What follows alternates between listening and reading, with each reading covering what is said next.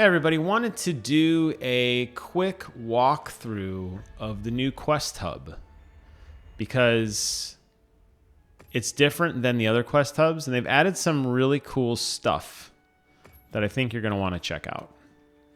And, you know, as the game evolves and expands, it made logical sense that there would be a hub for us to go check out and to kind of make the focal point of the game.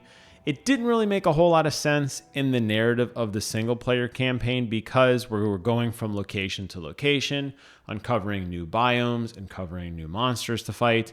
So it kind of made sense that we would be somewhat limited in where we went. But now that the game is over for most of us, we are now able to go to the Quest Hub, and that's where we're going to spend most of our time.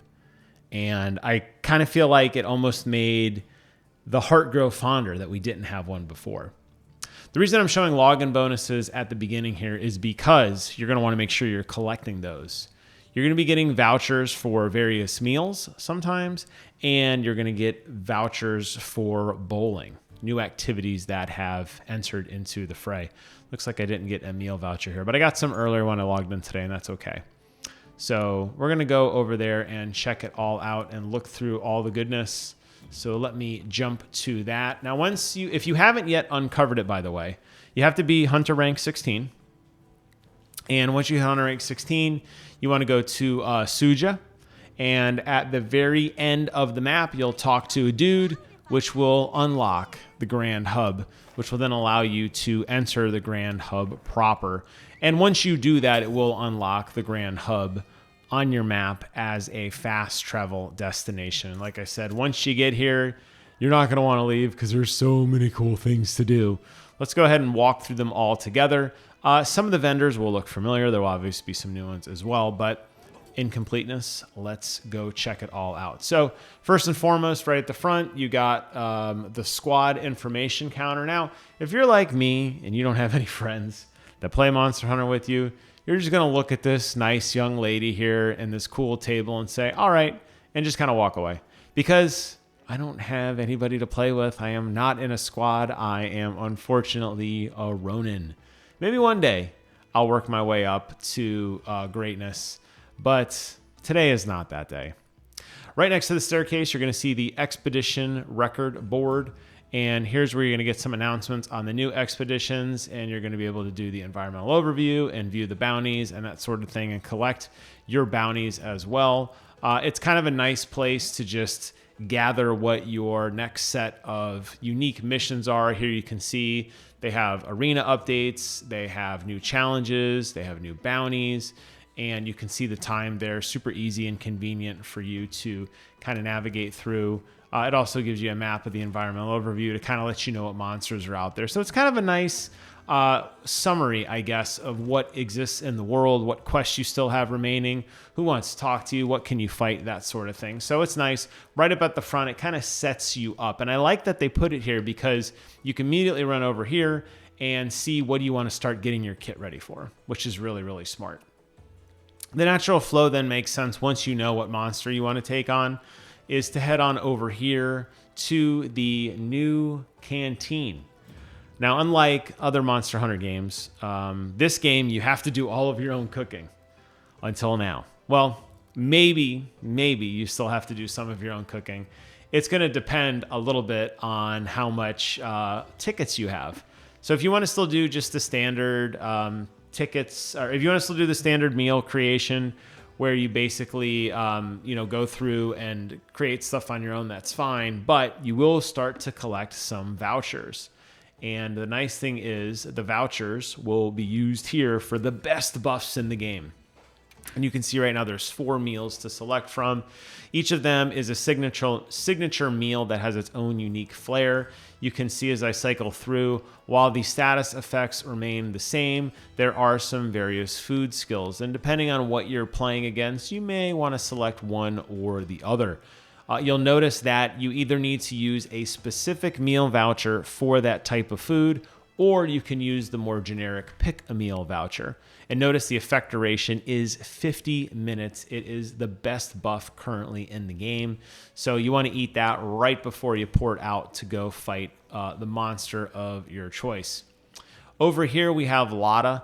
I like that they've added a quest counter again. Up until now, you had to go find Alma, who's usually sitting outside of your tent. Sometimes she was wandering and talking to some of the other characters.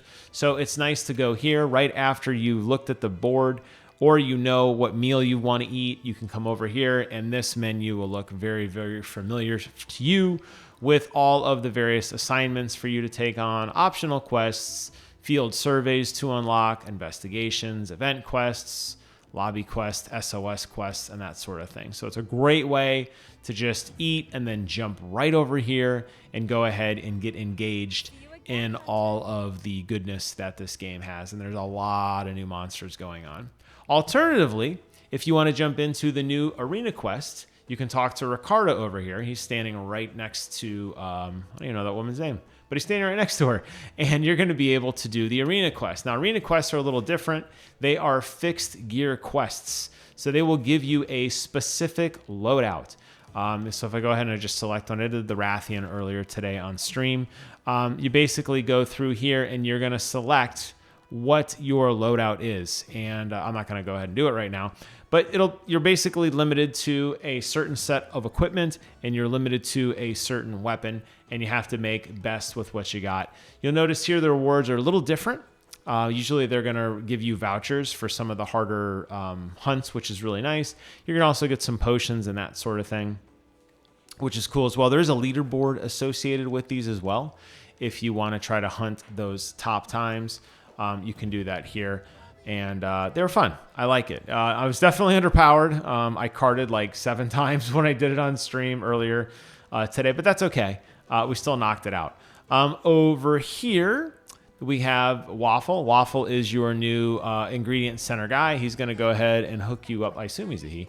He's going to go ahead and hook you up with rations, and you're going to be able to continue, crafting your own food and all that wonderful stuff over there with Waffle, which is nice.